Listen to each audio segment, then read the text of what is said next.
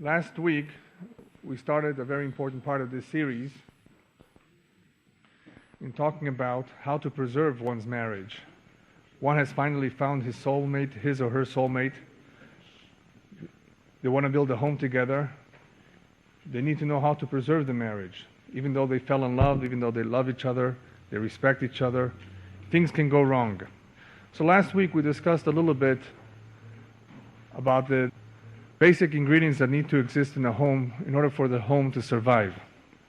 However, even though one may know the ingredients, knowing and implementing are two separate things. They're very two different things. The rules are easy. Tonight comes the hard part.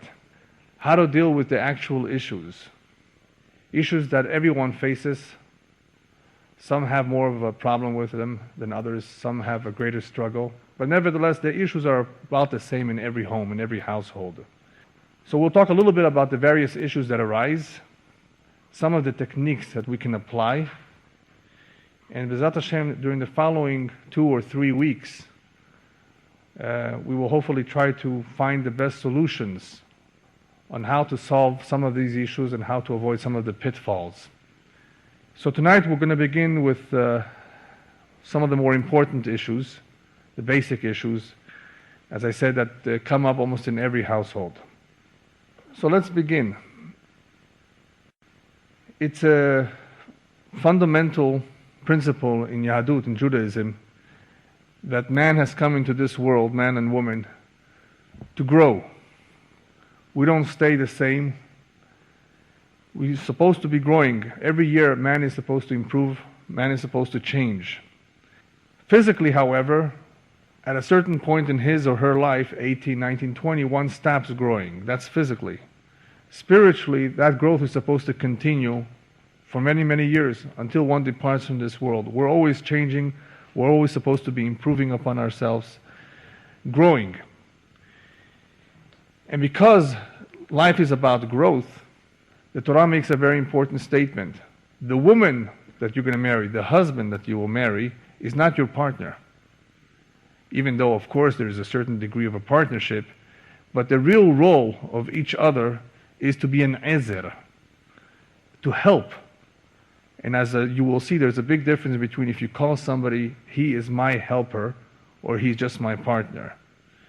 Because life is about growing, the two need each other to grow. That is why the Isha, the woman, is called an ezer kenegdo. She's supposed to help him grow. Since that is the ultimate goal, to grow, one cannot tell the other when they first meet, or 10 years after they've met and they've gotten married, take me as it is. That's the way I am. Either you take it or you leave it. No, a husband and a wife is not a used car that you buy as is. It's not meant to be as is. Since life is about growing, life is about improving, then nothing is as is. So that's not a good excuse. Nobody should ever say, this is the way I am, either you take me as is or forget it. No, there's no such thing. If you are, stingy, lazy, or you have some other problem, work on it. There's no such thing as is, as staying the way you were. The way you were when you were younger, when you were single. One needs to grow, one needs to improve. There's a story in Israel, it's a true story. You know how in Israel the bus drivers are not too sympathetic always. As soon as the bus fills up a little bit, even though there's somebody standing or somebody rushing to catch the bus, they just go on. They don't always pay attention. They don't always make the effort of stopping. They figure, I guess, if I don't take them, there will be another bus coming in 5-10 minutes. We have to give them the benefit of the doubt that that's what they're thinking. There was once a gentleman who nevertheless was able to put his foot and block the door from closing on him. In other words, to force the bus driver to allow him to get on. And how did he convince the bus driver? He says, I have something to tell you. You know what the difference between you and the bus is? As soon as the bus driver heard that, he says, I must hear what he has to say. what the difference between me and the bus? So he let them in. As soon as he let them in and he gave him the change, he says, the difference between you and the bus is שאתה יכול להיות בן אדם. You could be a mensch. You could be a man. The bus is a bus. It's a machine. But you don't have to be a machine. You could be a mensch. You could be a ben adam. In other words, you can do something good for someone else. And that's the idea here, that the two are human beings, the two can grow, the two can improve, regardless of their weaknesses. The two can change. So since the ultimate goal is growth, what is the assumption? The assumption is that the two are always starting off with some weaknesses, which means that no one is perfect. And that's something that one has to remember for the rest of his life, from day one. One will never find an individual who is completely perfect. Someone who's perfect is together with the malachim. So the first assumption that one needs to make when he starts off on this long road, treacherous road, is that neither of the two, husband or wife, are perfect. Because the two are going to grow, and hopefully each one will help the other grow. The most difficult part of marriage is dealing with those weaknesses. And that's why, since that's the most difficult part, I'm going to leave it towards the end. We'll talk about that maybe next week a little bit, and in 2 weeks, how to deal with a real weakness, that one of the or the two partners have some problem. What we'll do today instead is talk about the other areas of conflict, of hikuchim, as I call them, areas where there is some friction. And the friction sometimes is so strong that they have the ability to undermine the entire marriage. So it's a good idea to know a little bit about what those areas of friction are. And I listed 5, maybe there are more, but these are the 5 basic areas where there can be friction. Area number 1 is when one is not doing his role, his or her role. Husband and wife, each one has a role. And when one does not do what he's supposed to do, that can cause problems. The second area of friction is when one interferes with the other person's role. When one wants to do what belongs to the other. Number 3, the differences that exist between husband and wife, between men and women. That in itself is a very big area, a big problem area. Number 4, we'll be talking about next week, and that is the differences in the mazal of each one, the actual nature, personality that each one is endowed with. And number 5, which is basically the weaknesses, or the midot, the character that each one has, the weaknesses, that we will be talking about towards the end. I think we should start with the area of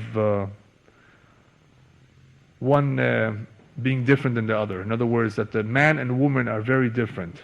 We spoke a little bit about this in the past, but I want to elaborate a little bit more.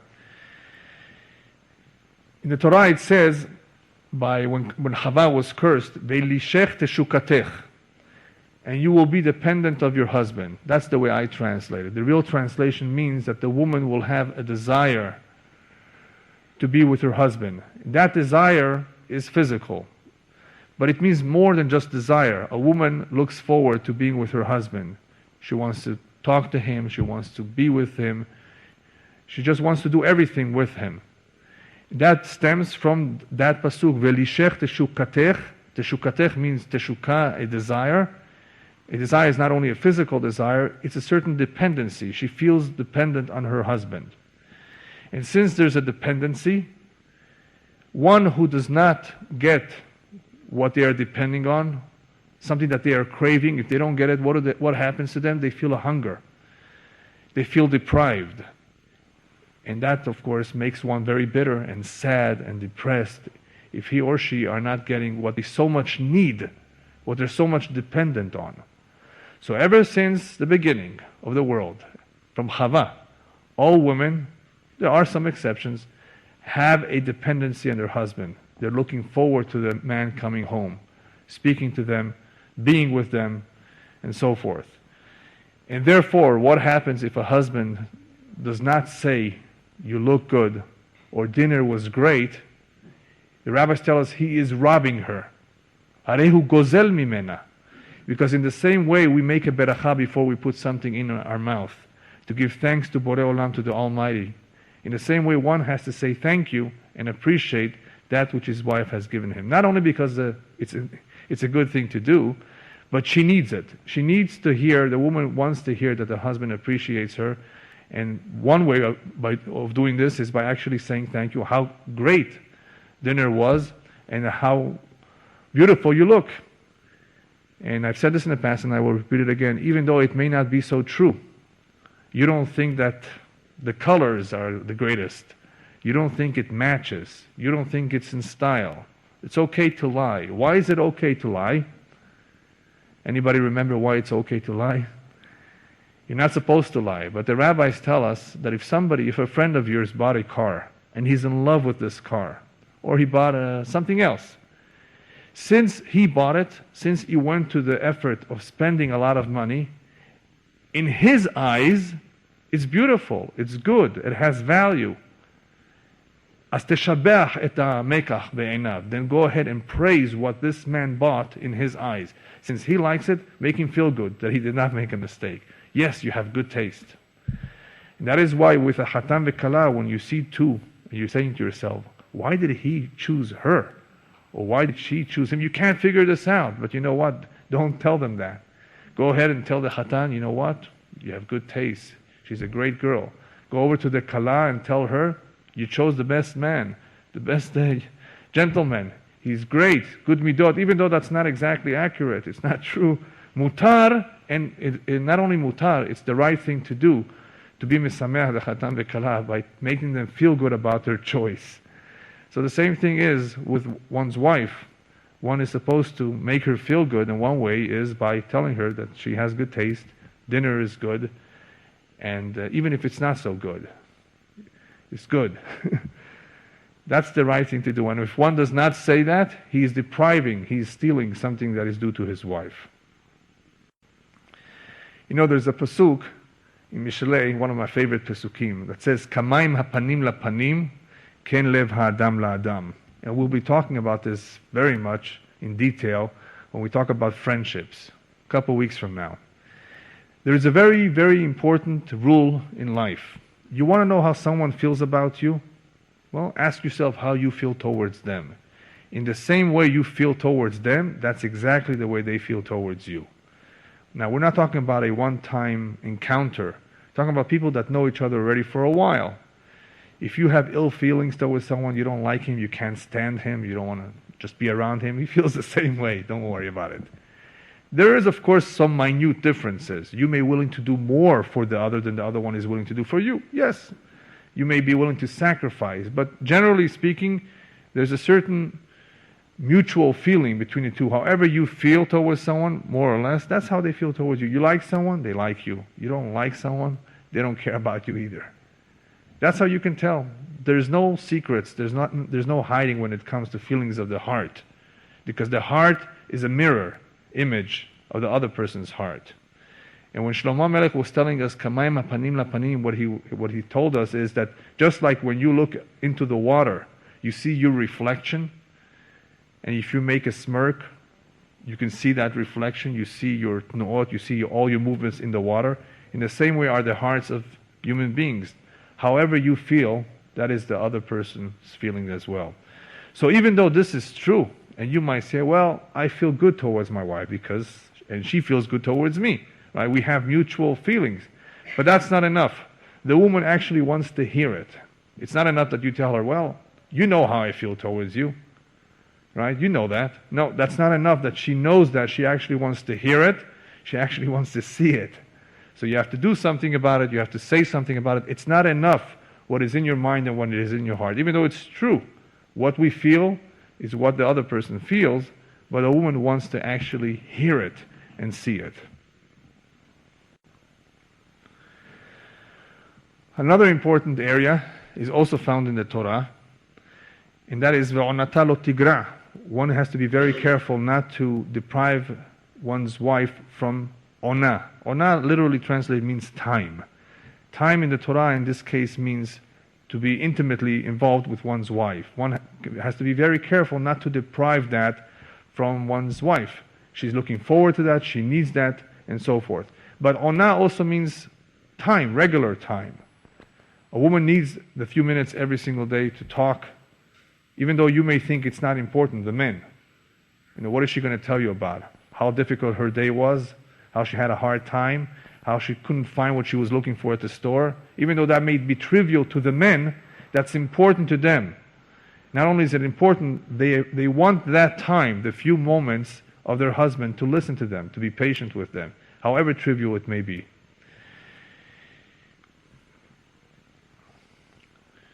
This is very difficult for men. Men don't have always the patience to hear just anything.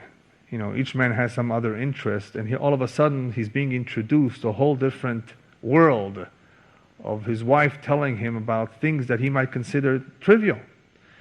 One has to learn to be patient, because if that's important to her, then don't, cut her off. Don't tell her you don't have the time, and of course don't ignore her. Another importance of time involves going together to events. I have a difficulty in this area. One is invited to many weddings, and my wife tells me, are you coming?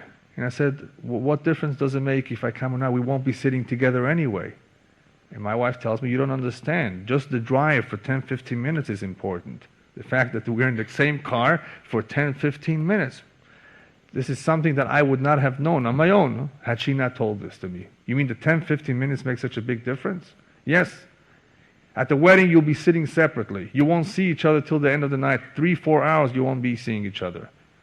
Nevertheless, that 10, 15-minute drive makes a big difference. So you have to make time for that.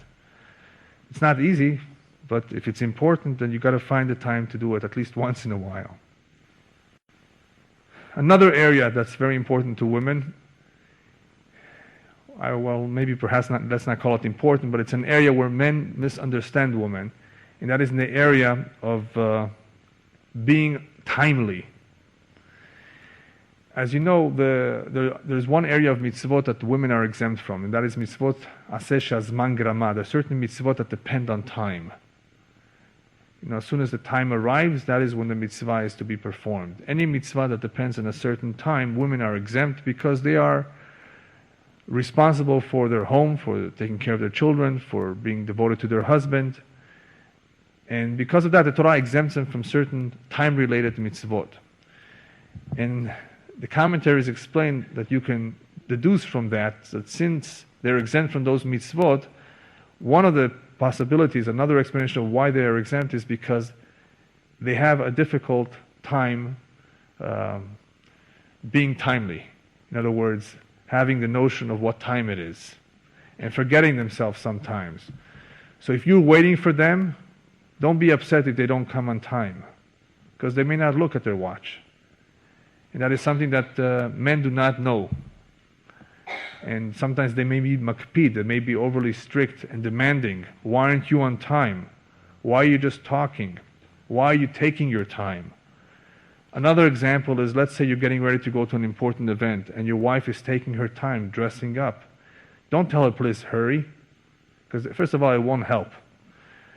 2, you're going to get her upset. And 3, what's the hurry anyway? You don't have to be there for the whole show.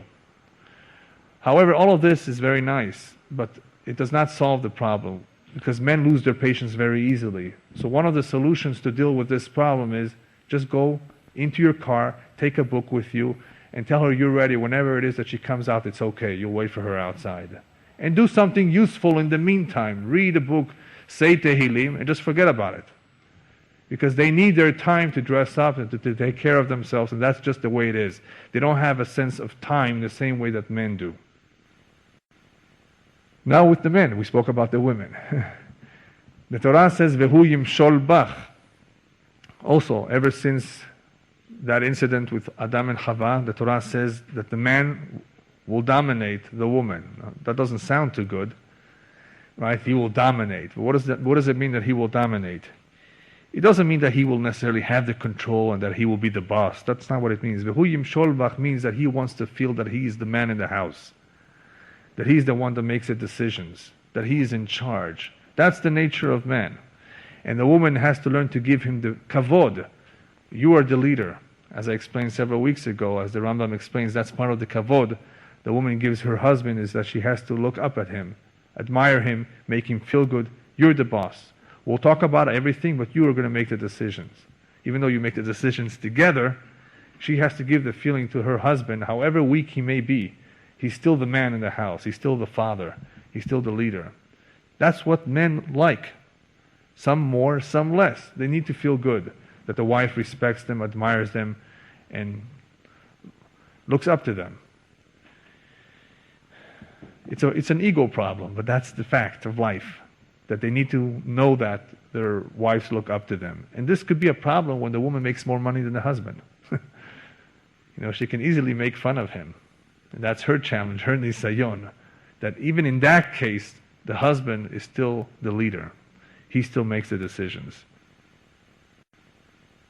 One of the areas of life which is very contentious is the evenings, when the husband comes home from a long day of working, and all of a sudden, as soon as he opens up the door, his wife starts yelling at him, criticizing, I had such a hard day, you're not around to help me, this child misbehaved, and she starts pouring out her heart after a long day that he just came home. He doesn't want to hear about this. But that is one area that women need to learn, to control themselves, to wait, let the man come inside and rest, because all he's interested right now is in menucha, and a good dinner too. He doesn't want to hear about any problems. As far as the man is concerned, everything can wait till tomorrow. There's no rush. So don't hurry the man. Let him have his peace of mind, let him calm down, let him eat well. That's what he wants for now.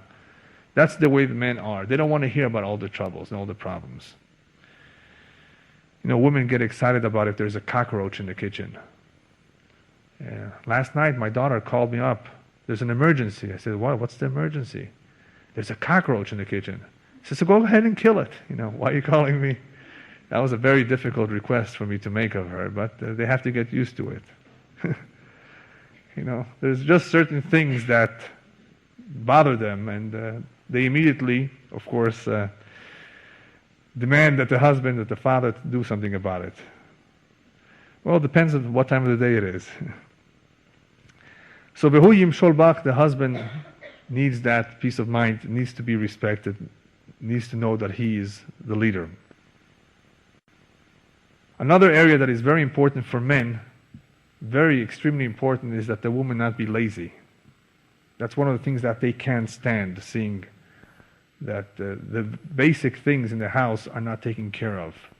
It could spoil an otherwise good marriage. And if that's the situation, we'll talk about it several weeks from now, how to deal with that problem. But men do not like a woman who is not zerizah, who's not diligent.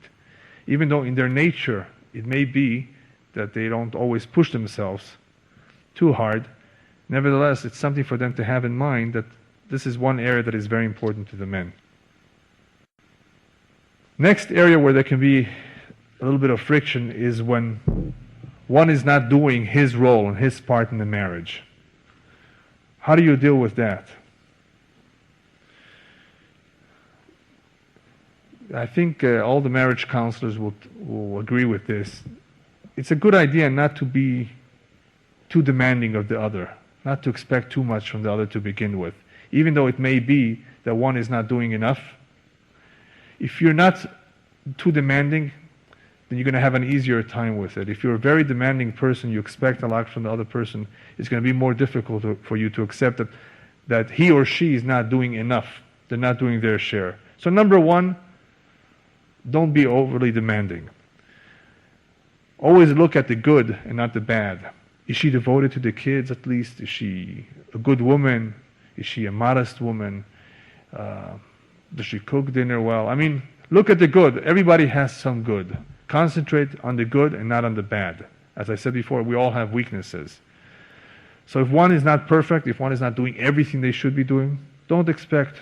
If you don't expect from people, you won't be disappointed. Then there's criticism. If one is expecting and is demanding, he will very easily come to criticize the other. Before one is about to criticize, he should ask himself, well, how about myself? Am I doing everything I should be doing? As the rabbis tell us, kshot atzmecha. In other words, take care of yourself first before you're trying to tell others what to do, how to fix themselves. Fix yourself. Criticize yourself first. Are you doing enough? Are you doing everything that is incumbent upon you? So before you tell someone else where they are no good, where they are wrong, look at yourself. And maybe you'll change your mind. Another way with dealing with this issue of that one of the partners is not doing their fair share is to ignore the small things. So what if she didn't take out the garbage? So what if she didn't take in the garbage cans? Or he didn't do it? These are small things. It doesn't pay to get into a fight over small things. Because when you get into fights about small things, they all add up. So when it comes to small things, just ignore them. Now another important rule.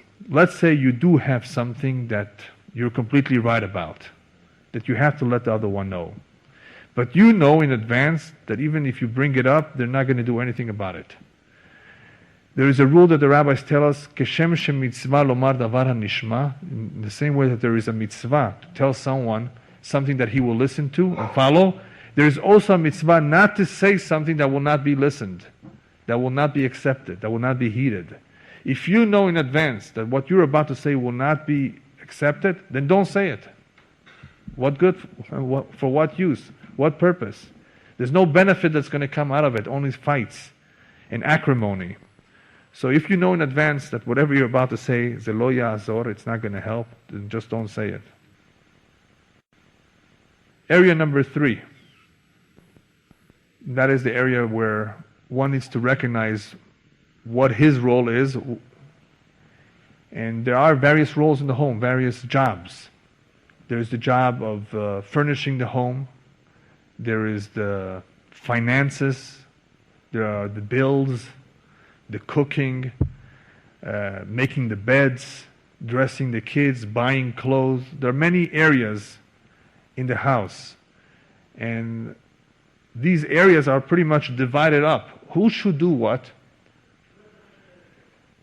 So these things need to be clarified from the very, very beginning. When one gets married, hopefully there should be an understanding of what each one is supposed to do. So later on, one should not feel he is or she is interfering in my area. This is my area. Right now we're not talking about that one is not doing enough. We have a different problem. One is mixing in or doing something that belongs to the other person. I'll give you an example. Let's say you're going to buy new curtains for the living room. And your wife insists, I want peach. And you say, no, I don't like peach. I like mauve or some other color. If this is going to lead to a fight, chaval. That's the wife's responsibility. The area of decorating the home belongs to the woman. It doesn't mean that the husband should not be involved. But let her make the decision. That's her area. Unless she says, you know what? You know better. You're an interior designer by profession. Maybe you can, I've seen homes where the husband is the cook. I don't think that's normal. I think every woman should be involved in the kitchen, because the kitchen, just like the decorating belongs to the woman, so does the kitchen. I don't think too many women will feel good if their husband cooks. I tried to bake a cake once and my wife said, no way. That's for the women to do. So it's important not to mix the roles. It's important to recognize which area belongs to who. The kitchen belongs to the woman. The decorating of the home belongs to the woman. The buying of the clothes for the kids belongs to the woman. What belongs to the man? All the dirty work. Not just joking. The man is in charge of the kalkala, of the parnasa, of the finances, of the bills. But I've seen homes where the woman writes all the checks and she takes care of everything. She does the accounting. In a normal household, you will find that everybody pretty much goes and does what they're good at. It's not something that you have to talk about. The woman will do what she knows how to do best. She will be attracted to whatever she knows how to do, and the husband will be attracted to do whatever he knows best. In other words, it's not really something that you need to discuss. You do this, I will do this, you don't interfere in my area. Even though it's important to clarify in the beginning, in most normal homes it's not necessary because each one just is led naturally to that area. But for those who are not led, we're clarifying that there's certain areas that belong to the woman and certain areas that belong to the man. The man takes care of the parnasa, of the finances and of the bills usually, but there are some women that help out. They're good bookkeepers, they're accountants maybe, and that's okay. If they want to help out, the husband doesn't mind, that's okay. But that belongs to the man, that's his area. And he should not just say, I don't want to do this. It should be natural for him. It should be natural for the man to want to do this and to take care of this because he has a better understanding of the expenses and so forth and how much they can spend, what they can buy, what they cannot buy. Nevertheless, even though it's the man's area, we are told that it's advisable, it's a good idea for the husband and wife to have a clear understanding of where they're holding financially. In other words, even though the woman is entitled to buy certain things for herself, if her husband cannot afford it, then she should have some understanding and not just splurge and use a credit card freely. A woman, therefore, is not allowed to give tzedakah on her own without her husband's permission. Unless he tells you, no, go ahead and give a few dollars, that's fine. But the husband is the one that's in charge of the tzedakah because that's the area of finances. He has a better understanding of where their finances are, what they can allow themselves and what they cannot. There are some situations where the man has no understanding and he just wastes his money without any control, and the woman has more control. That can happen too. But in a normal, typical situation, the man and the woman should have a good understanding of where they're holding economically, financially, so that they should not get into trouble and that there should be no misunderstandings. Even though the man is in charge of the finances, he has to be careful not to be stingy, the rabbis tell us, and to allow his wife to buy whatever she truly needs. For example, by the Hagim, by the holidays, the men are told to give their wife the checkbook and buy yourself whatever you need for the holiday, another dress, another tachshit, another piece of jewelry. That is part of the kavod of the woman, that she feels good in changing her wardrobe or adding to it several times a year. The men may not need that, but the women do, and one has to be understanding of that. And that's just something that they very much need, and one should not be stingy. Even though he has control over the money, he needs to allow his wife and to give her some leeway and trust her, unless of course there's some big problem that she just buys without any control. That's of course a problem already. But if there's no real problem, just normal people, then one should not be overbearing and criticizing that you spend too much, you shouldn't buy so much. Well, there should be some degree of trust between the two of them when it comes to the area of dressing, what to buy for their kids. The woman should know what is necessary and what's not. What will happen in life, unfortunately, is that there will be many misunderstandings. I just quoted to you several areas of friction, and what all this friction causes is many misunderstandings. But you know why misunderstandings occur? Why do misunderstandings occur? Not because there's necessarily differences of opinion. Misunderstandings is a misunderstanding. That means there was a lack of communication. And that is one of the principles that we spoke about last week. One of the most important ingredients in a solid marriage is that there should be open channels of communication. So even if there is an area of friction, communicate about it, talk. What happens if you don't talk about it? It will lead to more and more problems. That is why the Torah commands us, "Betzedek tishpot amitecha." Literally, the words "Betzedek tishpot amitecha" means you should judge your friend with justice, favorably. Give him the benefit of the doubt. As the rabbis tell us in Pirkei Avot, "Heved dan et kol adam lechav zechut." Always give everybody the benefit of the doubt. That is, if you don't have the chance to ask him or her what the meaning of something is, then give them the benefit of the doubt. So when there's no communication, give the benefit of the doubt. If it is possible for you to communicate, then talk. Talk about things openly, and in that way you will be able to avoid many problems. We started off saying that a woman is not a partner. A woman is called an ezer kenegdo, and so is the husband. And the reason we said that is because an ezer means that one helps each other grow. But now I'm going to tell you another reason of why one should not look at his wife as a shutaf. Because men have this problem of treating certain men, not all men, their women as slaves. She's my partner, she has to help out, she has to work hard. I work hard, so does she have to. That is why the Torah is careful not to call it a shutaf. Even though, of course, you are all partners together with Hashem in building this home, she's ultimately an ezer, a helper. Helper equal to you, and not your slave. And that is something that some men have to be reminded, unfortunately, those who are very abusive and treat their women as slaves. A woman is not a slave, she's a helper, she's an ezer kenegdo. She's an equal partner too, if you can call it that way. But the Torah chooses the word ezer because she is there to help you, and you are there to help her, and together, B'ezrat Hashem, you will grow. In the same way that a woman should not be looked as a slave, a woman has to be careful not to look at her husband as a slave either. When does this ever happen? This could happen when you have guests over, and all of a sudden the woman is in a bad mood, and she just remembers something that the man did to her 20 years ago, and she starts criticizing and yelling at him and making fun of him in front of all the guests. That's the worst, one of the worst things a woman can ever do to her husband. What do we speak about before? The importance of the kavod that the man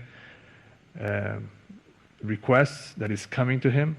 Even though the woman, of course, wants her kavod too, the man has very, very few things that he requests or that he expects of his wife. And one is, recognize my position of leadership, and don't belittle that position.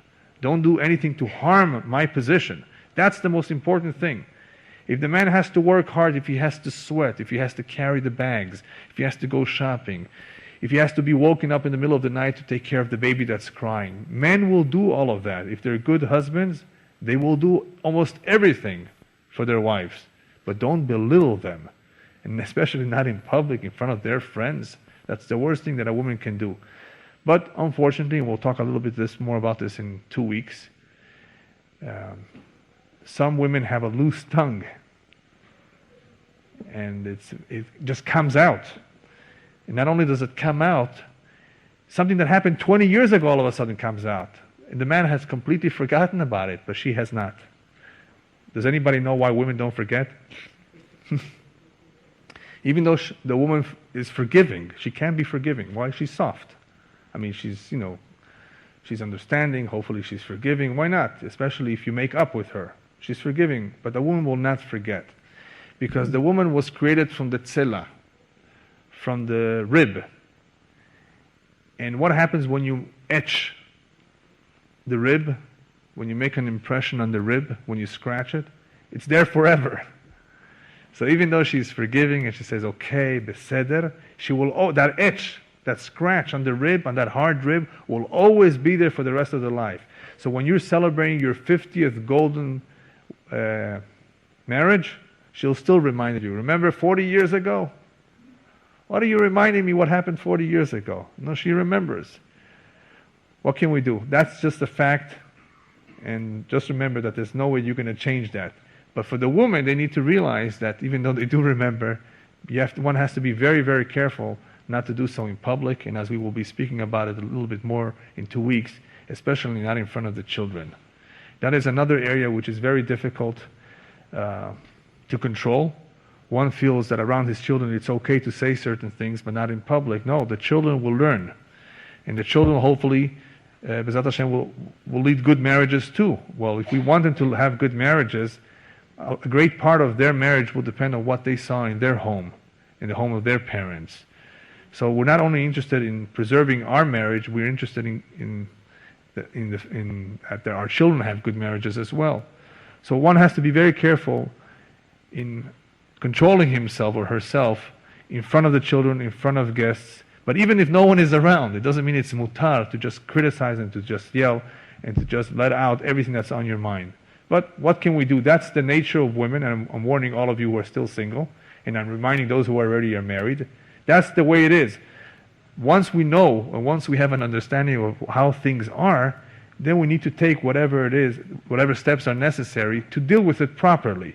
So tonight we just covered a few of the techniques of how to deal with some of the issues. There are more difficult ones, and as I said before, the difficult ones we'll leave towards the end. But in the meantime, just remember, marriage is an investment. It requires work, it requires a tremendous amount of patience and understanding. And the more we know and the more we are aware of it earlier on, the better off we will be. But I want to finish with a very important point.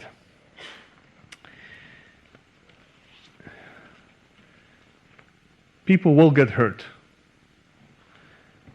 It's something that happens, it's something which is difficult to avoid because of all the misunderstandings, because of the differences between men and women, because of all the friction that may occur, because of interferences from the outside, which we'll talk about a couple of weeks from now. There's so many things out there that will just shake up this marriage, or will attempt to shake up. And one or the two of them will get hurt, unless they're smart. What do I mean by smart? And I'd like to ask all of you a question with this. Let's say somebody learned all of these things. He knows all of whatever it takes to make a successful marriage, whatever it takes to build a Beit Ne'eman B'Yisrael. Let's say he learns everything, he agrees with everything, he has no problem with it. Whether he's told this by a rabbi, or he's told this by a marriage counselor, or he's told this by his own spouse or by his parents, and he agrees. Why is it that after all is said and done, after he agrees, he nevertheless still does not implement what he's learned? There are many marriages out there, many homes where the husband and wife are both observant Jews, they're both good people, they have problems, each one has a different set of problems. They have gone to classes, they have gone to lectures, they have heard tapes about Shalom Bayit, and nevertheless they can't seem to deal with the problem. Can anybody here give me an explanation of why, after hearing everything, nobody goes about doing something to deal with the situation, to resolve it? What would you say? What's missing here? If we know what the ingredients are, we've learned some of the techniques, we both definitely have the desire and the will to succeed, then why don't you do something about it? The problems keep recurring, keep surfacing, they yell at each other, whatever their problem is. They don't seem to resolve their problems. What's missing? So the way I look at it is as follows. The Torah tells us, "Ve'ahavta et Hashem Elokecha v'chol levavecha v'chol nafshecha v'chol meodecha." So one has to love Hashem b'chol levavecha. What does b'chol levavecha mean? We only have one heart. So what does it mean with the two hearts? So the rabbis tell us, b'yetzer hatov u'b'yetzer hara. One should love Hashem with his good instinct and with his bad instinct. What does that mean? It means several things. In other words, even when things are good, you should love Hashem, and even when things are not so good, that's one pshat. Another pshat is b'chol levavecha, with your good instinct, with your mitzvot and ma'asim tovim, with your good deeds, and with your yetzer hara, meaning even with the worldly things. When you eat and when you sleep, you should have Hashem in mind, that you're doing these things L'chvod Hashem. You don't sleep and eat because you want to sleep and eat. You're doing it for the sake of Hashem. There are several meanings of what b'chol levavecha means. B'yetzer hara u'b'yetzer hatov. But according to the Kabbalah, yetzer hatov mishkano b'moach. The yetzer hatov is in the mind. The yetzer hara is in the heart. That's where the mishkan of the yetzer hara is. That's where he resides. The heart has desires, and the mind thinks. What do we have here? Two kohot, two very distinct powers, the power of the mind and the power of the heart. And they're very different. And the Torah is telling us, love Hashem with your mind and with your heart. B'chol levavecha, the two hearts, meaning the mind and the heart. The Yetzer HaTov and the Yetzer HaRa, with all your kochot, with all your power. What for? Because there are people who love Hashem with their mind. It makes sense to them. They agree, of course. God exists. I can see Him. I can understand it. It makes sense with their mind. But their heart doesn't allow them. Something is missing in their heart. They're just very upset at Hashem, perhaps. They're not doing well. And they have complaints towards Hashem. One can love his partner with his mind too. Yes, it's true. And I need to be good, and I need to be kind, and I have to say thank you, and I have to say please, and I have to talk gently. That's what I'm told, and it all makes sense. But what about the heart? The heart, well, she yelled at me the other day, and she doesn't cook the way I'd like her to cook, and she's never on time, and the heart is bothering you, and you're not at peace with your heart. The Torah tells us, "B'chol levavecha," with your mind and with your heart. If you want to succeed in the marriage, it's the same thing. It's not enough that you, with your mind, be convinced of what is true and what is proper and what is good for the marriage. You have to convince your heart. You have to soften your heart and be forgiving and say, okay, I won't mind so much. Even though this means so much to me, I'll overlook this. I won't make an issue of it. It's no big deal. For the sake of peace, for the sake of the family, for the sake of Shalom Bayit. That's where the heart comes in. The mind, of course. The rabbi will tell this man, but you're wrong. This is your job, not her job. Or the woman too. This is your job, not his job. And he'll say, okay, yes, it's true, fine, but the heart is having the difficulty here, not the mind. Some people don't agree with their mind either. Then they're really in trouble. But if it's proven to them, the rabbi said so, the Torah says so, and they agree, what's holding them back from implementing it? It's the heart that is not fully convinced yet, that has not softened up. Because human nature is egoistic, is selfish, thinks of itself first. And here, he or she, they have to share, they have to be giving. It's not easy, it takes time. So it's not enough that we learn about this. It's important to take active steps and training our heart to cooperate with the mind. Okay, that's it for tonight. B'ezrat Hashem, we'll continue next week with a very important lecture on having a better understanding of our partner by knowing a little bit about the astrology of human nature. So that's B'ezrat Hashem we'll cover next week.